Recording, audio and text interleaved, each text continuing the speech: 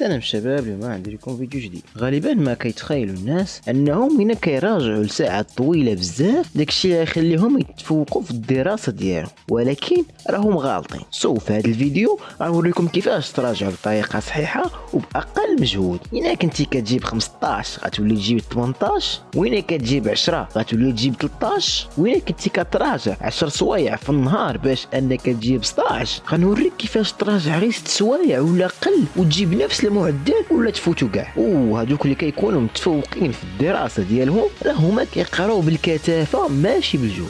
قبل ما نبداو الفيديو، الا عندك شي تساؤل ولا شي حاجه كتشوفها ان من الاحسن نزيدها في الفيديو ولا نقصها فقولها لي في التعليقات، وراه غتكون عاونتيني بزاف وغنكون لك من الشاكرين. وندخل الموضوع ديالي. اول حاجه خاصك انك تراجع بالكثافه ماشي بالجهد، يعني خاصك تراجع مده قليله وبكثافه كبيره.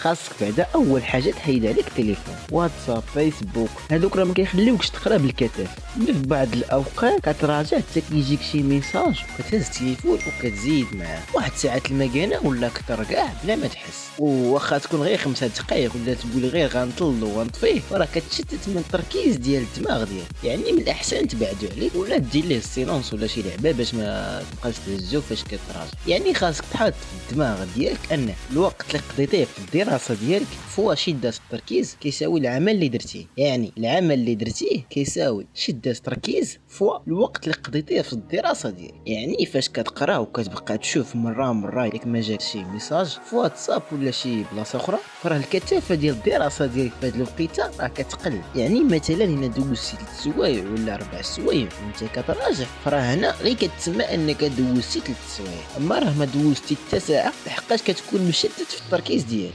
بحال هذاك اللي مشى دوز ساعه في المراجعه بلا تليفون بلا والو، ولا تلقاه كاع هو اكثر منك حيت هو مركز وما مشتتش بحاله. وثانيا خاصك انك ما تركزش على حاجه، بحال مثلا الا كنتي باغي تراجع في الصباح من 8 حتى 12، دير في بالك انك تراجع فيه 2 المواد ولا كاع 3. تقول لي كيفاش؟ نقول لك اسيدي كيفاش، غير شويه بشويه وتبع معايا الفيديو حتى الاخر باش انك تفهم مزيان. دابا نقول لكم علاش. باش ان عقلك يبقى عاقل على داك الشيء، ماشي مثلا تراجع عليه نتايا وتدوز واحد السيمانه ولا 15 يوم وتلقاك نسيتي داك الشيء اللي راجعتي. وثانيا انك ما غتحسش بالملل ولا بالعيا.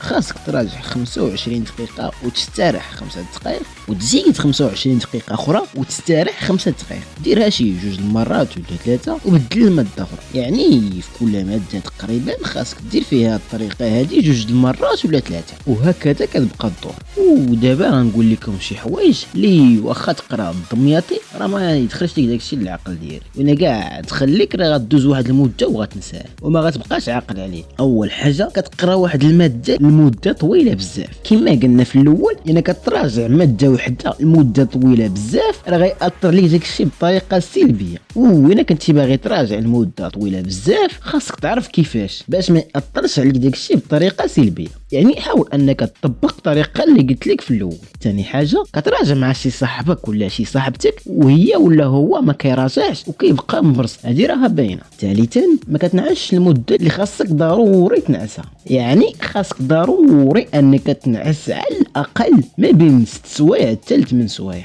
راه النعاس عنده الدور كبير بزاف. بالنسبه لهادوك اللي كيقولوا راه النعاس غير كنضيعوا فيه الوقت، نعطيكم مثال للدور ديال النعاس. مثلا الا كنتي باغي تجري شي ماراطون ولا شي سباق، فهنا ضروري انك دير تدريبات قبل ما انك تحضر السباق ولا الماراطون. فتخيل معايا انك تدربتي مزيان صافي مزيان، يعني حسب التدريبات اللي درتي انت اللي غادي الاول في داك الماراطون ولا كيف. ولكن جيتي مباشره وباغي تبدا السباق بلا ما تاخذ الراحه الكامله ديالك قبل ما انك تبدا السباق، واش غدير شي حاجه في هذا السباق ولا في هذا الماراطون هذا في نظركم؟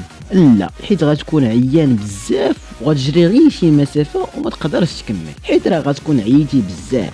راه نفس الشيء غيوقع عليك الا ما عطيتيش الوقت للنعاس ديالك. فردوا بالكم مزيان. ودابا غنقول لكم بعض العادات اللي غتخليك متفوق وتجيب النقاط مزيانين في ليكزام. اول حاجه خاصك انك تدرب على ليكزام قبل ما تمشي ليكزام، يعني تجاوب على النماذج ديال ليكزام. اذا كنتي باغي دوز ليكزام وطني ولا شي حاجه جهويه، حاول انك دوز النماذج ديال الاعوام اللي فاتوا. راه بهاد الطريقه هذه كتحسن المستوى ديالك وفي نفس الوقت كتستعد للإكزام بطريقه غير مباشره. وبينات الدراسات انه ملي كتختبر راسك في المراجعه ديالك راه كيحسن النتائج ديالك اكثر من ما انك تبقى ساعات وساعات وانت كتراجع. وخاصك انك تعاود الصياغه ديال الكور ديالك ولا الدرس بالطريقه الخاصه ديالك وتحاول تفهمه، ومن الاحسن كاع حاول تشرحه لشي واحد اخر. واخيرا خاص انك ملي تبدا المراجعه لشي امتحان انك تراجع ليه في الاجواء اللي كيكونوا في الامتحان. بحال مثلا انت باغي تراجع الماط، فراه خاص تحط راسك بالضبط كما كتدوز الامتحان، ورقه التحرير وورقه الوساخ، وتخدم المكانه باش تشد الوقت ديال الامتحان. مثلا الامتحان فيه ساعتين، فهنا خاصك تريق المكانه على ساعتين وما تفوتهاش. وحاجه اخرى كما قلت، حط راسك في الاجواء ديال الامتحان، يعني بهذا المصطلح بالضبط حط راسك في الاجواء ديال الامتحان. وواحد الحاجه اللي الاغلبيه كيديروها هو مثلا اللي كيبغي يراجع يحط قدامه شي قهوه ولا شي